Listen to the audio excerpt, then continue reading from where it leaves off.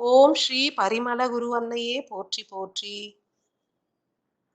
பரிமள வெண்பா 23. ஞானப் பேரொளியானவள் ஞானப் பால் புகட்டும் தாயவள். ஞாயிறு தினத்தில் உதித்தவள் ஞாயிறு மையம் உரைபவள். அஞ்ஞானம் அகற்றும் விஞ்ஞானி அவள். மெய்ஞானியர் போற்றிடும் ஆதி ஞானி அவள். ஞானாலய தெய்வமாம் பரிமள குரு அன்னையின் அடிதொழுதிடுவோம். பரிமளமாய் உதித்து பாரினில் அவதரித்து பண்பட்ட ஆன்மாக்களை விடுவித்து பக்குவமுறாத ஆன்மாக்களை பதமுறுத்தி பரமனிடம் சமர்ப்பித்து யுகமாற்றம் நிகழ்ந்தேறிட உதவுகின்றேன். மனிதர்களின் பெரும் போராட்டம் என்பது புற வாழ்வில் உள்ளதாய் எண்ணுவது தவறு. அக வாழ்வு ஒன்றே பெரும் போராட்டமாய் அமைந்துள்ளது. ஆத்மாவிற்கும் ஒற்றை அணுவிற்கும் இடையே போராட்டம் நிகழ்கின்றது. சிரசில் உள்ள ஒவ்வொரு அணுவும் போராட்டம் புரிகின்றது. உணவிற்கு போராட்டம், கழிவுகளை நீக்குவதற்கு போராட்டம், திரைகளை அகற்றிடவும் போராட்டம். ஆத்ம கருக்களை பாதுகாத்து விடுதலை செய்வதற்காக ஒற்றை அணு நிகழ்த்தும் போராட்டமே மிக உயரியதாகும். ஏனெனில் முதல் பிறவியின் துவக்கம் முதல் இறுதி பிறவியின் எல்லை வரை சளைக்காது போராடும் குணம் ஒற்றை அணுவிற்கு மாத்திரமே உண்டு. என்றும் தொய்வுறாது போராடும் உயிர் எனும் ஒற்றை அணுவாம் ஆதி சக்தியினை அனைவரும் தொழுதிட மறவாதீர்கள். அனைத்து தெய்வங்களை காட்டிலும் உயரியது உங்களுடைய உயிர் எனும் ஒற்றை அணுவாகும். ஒரு நுண்ணிய வெப்ப அணுவாக உருக்கொண்டு ஒவ்வொரு மனிதனையும் படைத்து இயக்கும் இறைவனாய் செயல்புரியும் உங்களுடைய உயிரினை உருகி உருகி போற்றத் துவங்கினால் உங்களின் அகப்போராட்டம் பெருமளவில் குன்றிவிடும்.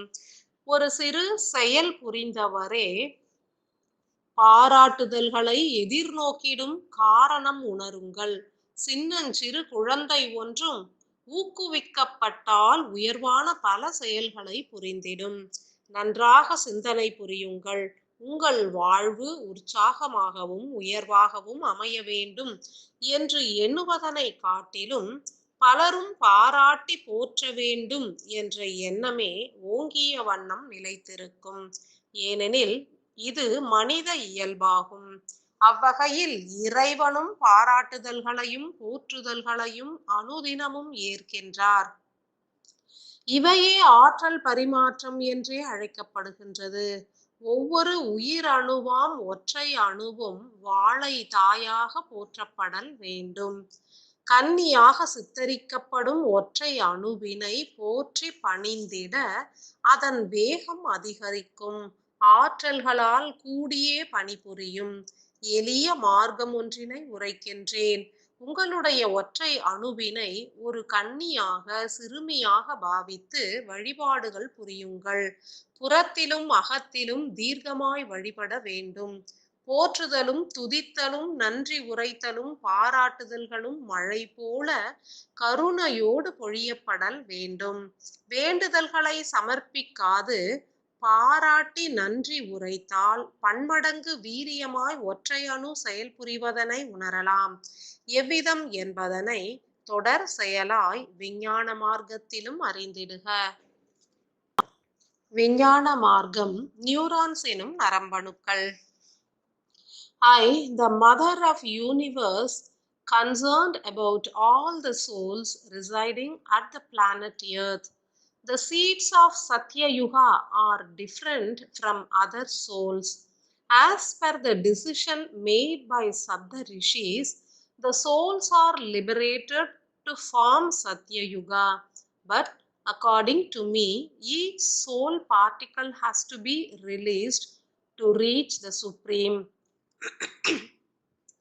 Neurons are the holders of all soul particles. I am considering all the neurons as same because they are the major objects who arrest the soul particles. One branched, 3, 5 and 7 branched neurons are developed in the midbrain due to various reasons. But the main reason is to arrest and hold soul particles. Let us learn about the single horn nerve cell. The major root cause for so many disorders in the midbrain and autism is the development of single horn neurons. Why should I call it as horn? Because the nerve grown in the outer portion of neuron is very strong and thick.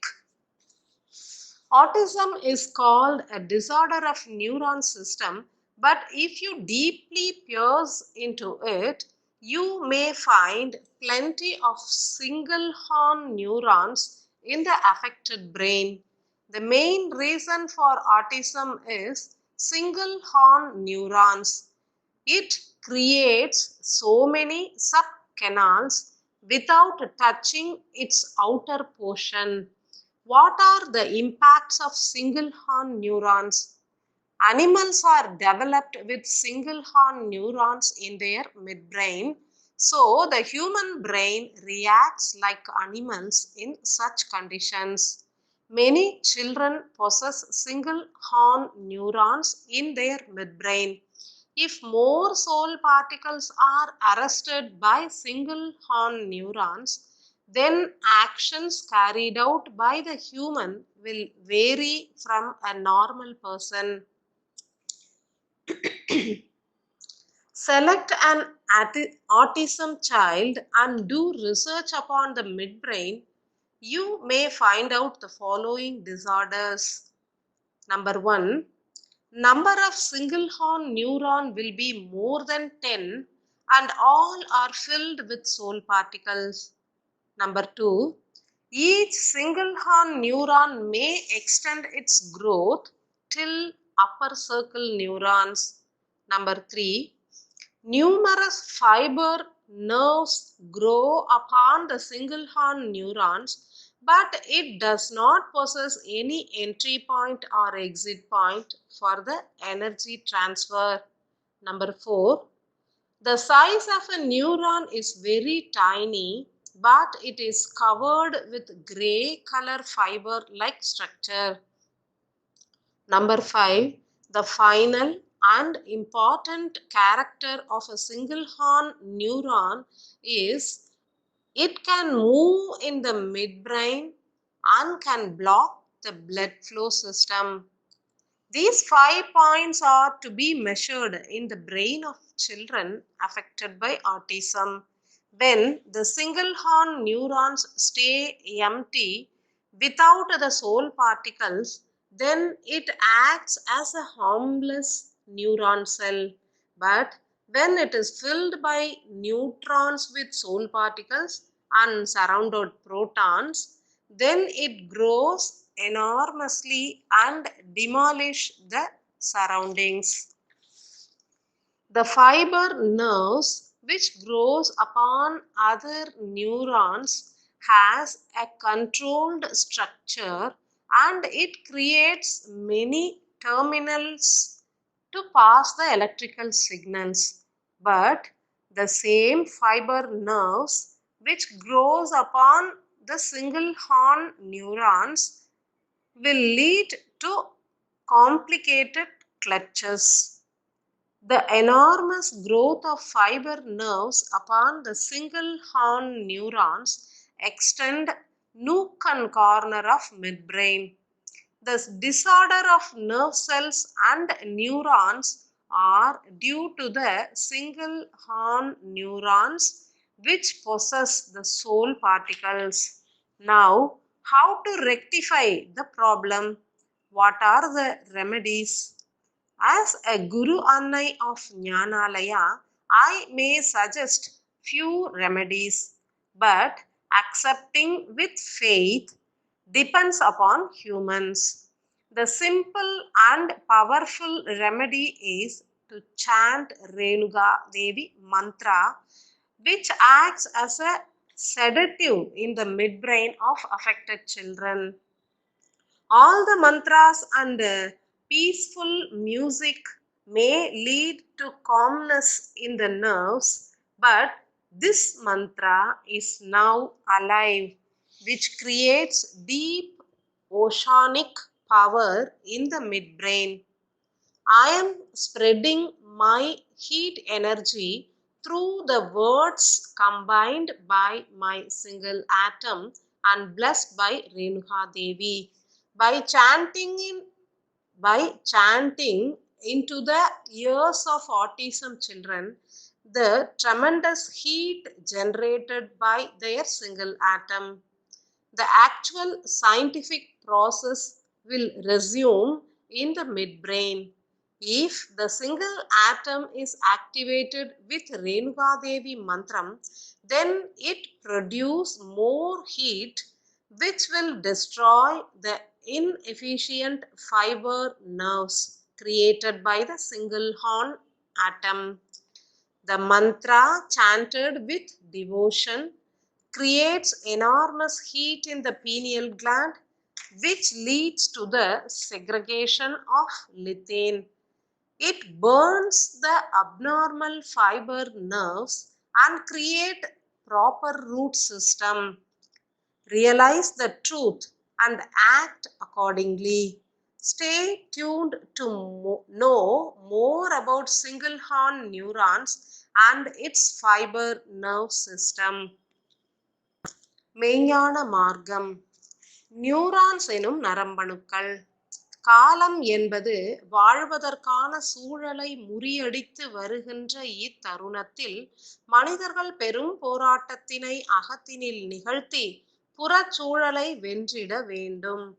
மெய்ஞானம் என்பது எடுத்துரைப்பது யாதெனில், இறை ஆற்றலை கொண்டு புவியின் சூழலையும் மானுட வாழ்வின் சூழலையும் இனிதாய் மாற்றி அமைத்திட வேண்டும் என்பதே ஆகும். கலிகால எல்லை என்பது மனிதர்களிடம் பெரும் மாற்றத்தை உருவாக்கியுள்ளது. செயற்கை என்பது எங்கும் நிறைந்து விட்டது. மின்காந்த அலைகளும் செயற்கையாய் உருமாறியதால் கடும் விளைவுகள் உருவாகி வருகின்றன. செயற்கை ஒளியினை அதிக அளவினில் ஏற்பது, செயற்கை ஓசைகளை செவிமடுப்பது, செயற்கை உணவுகளை உண்ணுவது மற்றும் செயற்கை வாயுவினையும் ஏற்று இயங்குவது ஆகிய அனைத்து செயல்களும் பெரும் மாற்றத்தை உள் மூளையிலும் உருவாக்கியுள்ளது. நுண்ணிய நரம்பிழைகள் சிரசினில் பெருகுவதற்கு மூல காரணம் செயற்கை ஆற்றல்களே என்பதனை அனைவரும் உணர வேண்டும். புறத்தினில் நிகழ்கின்ற அனைத்து செயல்களுக்கும் மூல காரணம் உள் மூளையின் அமைப்பே என்றும், அதற்கு மூல காரணம் செயற்கை ஆற்றல்களே என்றும் பூரணமாய் உணரக் கடவது. மனிதர்கள் தங்களுடைய கடமைகளை நிறைவேற்ற தவறுகின்றனர். பெற்றவர்களை ஏற்பதில்லை, பாதுகாப்பு வழங்குவதில்லை, பிள்ளைகளை அரவணைத்து காப்பதில்லை, இயற்கையோடு இசைந்து வாழ்வதில்லை, இறைவனை உணர்ந்து போற்றுவதில்லை. சில மனிதர்கள் நன்முறையில் வாழ்ந்தாலும் பெரும்பான்மை மானுடர்கள் தீய வழிமுறைகளையே பின்பற்றுகின்றனர். செயற்கை மின்காந்த அலைகள் எவ்விதம் பெருகி வருகின்றது என்பதனை மனிதர்கள் உணர வேண்டியது அவசியமாகும். ஏனெனில் செயற்கை மின்காந்த அலைகளே உள் மூளையில் பெரும் நரம்பிழை மாற்றங்களை உருவாக்குகின்றன. அமில கழிவுகள் பெருகுவதற்கும், கோபம், பயம், பொறாமை போன்ற தீய குணங்கள் பெருகுவதற்கும் காரணமாய் அமைகின்றது. அமைதியற்ற நிலையும் குழப்பமான எண்ணங்கள் உருவாவதற்கும் மூல காரணமாகின்றது. மனிதர்கள் யாவரும் அன்பினை பெருக்கி வாழ வேண்டியது அவசியமாகும். ரேணுகா தேவியின் மந்திரம் என்பது மன அமைதியை அளிப்பதற்கு மூல காரணம். அவை ஓசையின் மூலம் வெப்பத்தை பெருக்கி தேவையற்ற நரம்பிழைகளை நீக்குகிறது. இறைவனை நினைத்து ஆழ்ந்த தியானங்கள் புரிகையிலும், சூரிய வழிபாடு மற்றும் மந்திர உச்சாடனங்கள் பலவற்றை ஏற்கையிலும் ஒற்றை அணுவின் வெப்ப ஆற்றல் பெருகிடும் என்றும், அதன் மூலம் உள் மூளை சீரடையும் என்றுமே அறிந்திடுக. கலி எல்லையில் மனிதர்கள் ஏன் அகத்திலும் புறத்திலும் சீரடையவில்லை என்றே சிந்தியுங்கள். அன்பும் பண்பும் பணிவும் நிறைந்த வாழ்வு குன்றி உள்ளது. மூன்றில் ஒரு பிரிவு மனிதர்கள் ஒளிர்கின்ற உள்மூளையினை ஏற்று அன்பினை பெருக்க வேண்டும் என்பதே நியதியாகும். கலி எல்லையில் சமணமுறா தன்மை அதிகரித்துள்ளது. அதன் பொருட்டே கலி எல்லையும் நிறைவினை நோக்கியே பயணிக்கின்றது. இயற்கையை போற்றிடுங்கள், ஆழ்ந்த அமைதியினை ஏற்றிடுங்கள், உலகம் உய்வுற வேண்டும் என்றே பிரார்த்தனை புரியுங்கள், உயர் ஆன்மாக்களின் உயரிய பணிக்கு உதவிடுங்கள். ஆன்ம விடுதலை கண்ட ஒவ்வொரு மலர்களும் மெய்ஞான தத்துவங்களை ஏற்று விடுதலை உறாத மலர்களுக்காக பிரார்த்தனை புரிந்தால் நலன் உருவாகும். ஆற்றல் பரிமாற்றம் என்பது இத்தருணத்தில் உயர்ந்த பலனை நல்கிடும். உணர்ந்து செயலாற்றிடுங்கள். இன்றைய செய்திகளின் மகிமை. Moral of today's message. கலிகால எல்லையில் வாழ்கின்ற காரணத்தால் யுகமாற்ற பணிகளுக்கு உதவிகள் புரிய வேண்டியது அவசியமாகின்றது. பெரும் மாற்றம் என்பது இப்புவியினில் நிகழ்ந்திட துவங்கினால் வாழ்கின்ற ஒவ்வொரு உயிர்களும் புவிக்கோளிற்கு உதவ வேண்டியது அவசியமாகும். புவிக்கோளின் புனரமைப்பு நிகழுகின்ற இத்தருணத்தில் வட்டமலர்கள் யாவரும் இறை ஆற்றலை பெருக்கிட வேண்டும் என்ற தத்துவத்தினையே இன்றைய செய்திகள் எடுத்துரைக்கின்றன. சிக்கலான நரம்பிழைகளை கொண்டவர்களால் என்றும் விடுதலை அடைய இயலாது. விடுதலை அடைந்த மலர்கள் ஒவ்வொருவரும் புண்ணிய ஆத்மாக்கள் என்பதனை உணருங்கள். உயரிய ஈச ஆற்றலை ஈர்க்கும் திறன் உங்களுக்கு உண்டு. விண்குருதியினை அளப்பரிய அளவினில் ஈர்த்து உலக மானுடர்கள் உய்வுறுவதற்காக பகிர்ந்தளியுங்கள். குரு அன்னையாகிய யாம் உற்ற துணை புரிந்திடுவோம். அகத்தினையும் புறத்தினையும் ஒரு நிலையில் இருத்தி ஆன்மாவினை ஈசனிடம் செலுத்தி ஒளிபாலம் மூலம் உயரிய இறை ஆற்றலை ஈர்த்து பெற்று உலகினில் வாழ்கின்ற மானுட உயிர்களின் மீது செலுத்திடல் வேண்டும்.